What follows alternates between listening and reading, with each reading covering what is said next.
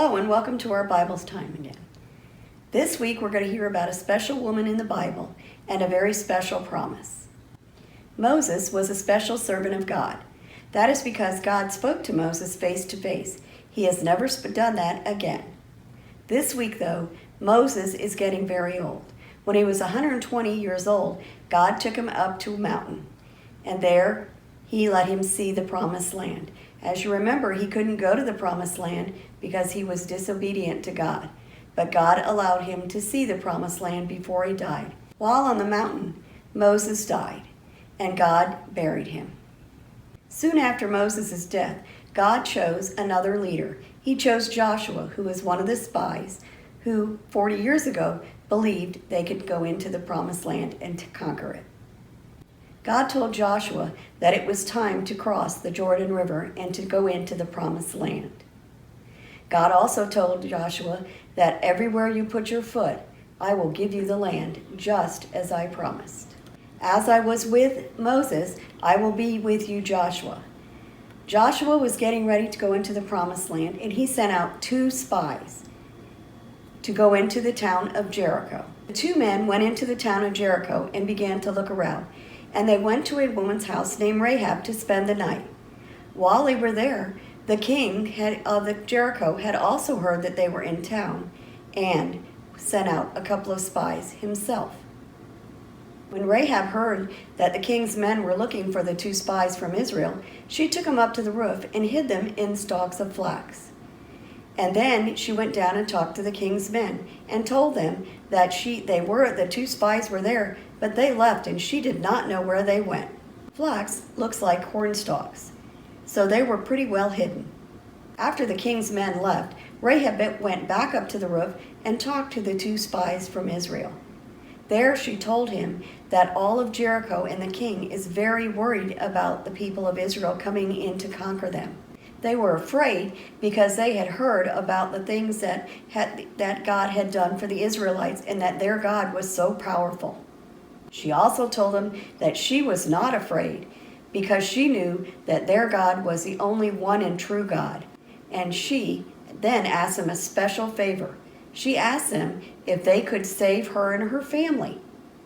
The 2 spies promised Rahab that they would save her and her family as long as they were in her house when they came to conquer the city.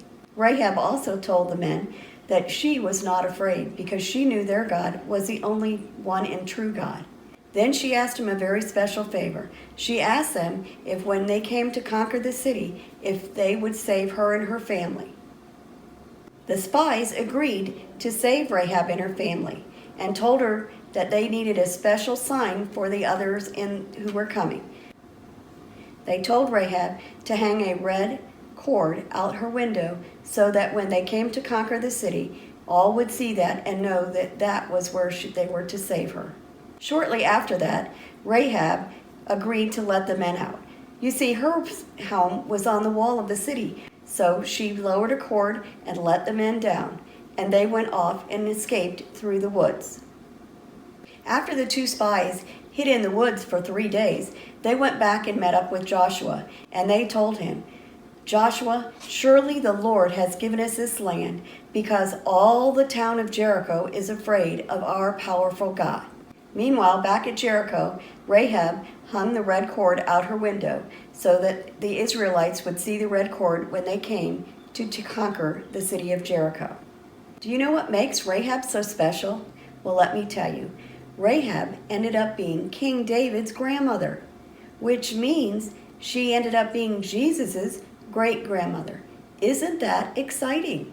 Just as the blood on the doorpost for the Passover saved the people from the death angel, so did Rahab's red cord save her from being killed when the people of Israel conquered Jericho.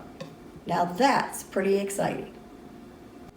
One day, Rahab's great-grandson Jesus came again to save us from our sins when he died on the cross. So you see, red is an important color. It was the red cord and Jesus' red blood that saved us from the judgment of our sins. Now we have a few review questions. The first, number 1, what did Rahab hang out her window? Question 2, How did Rahab help the spies? And question 3, why did she hang the red cord out her window?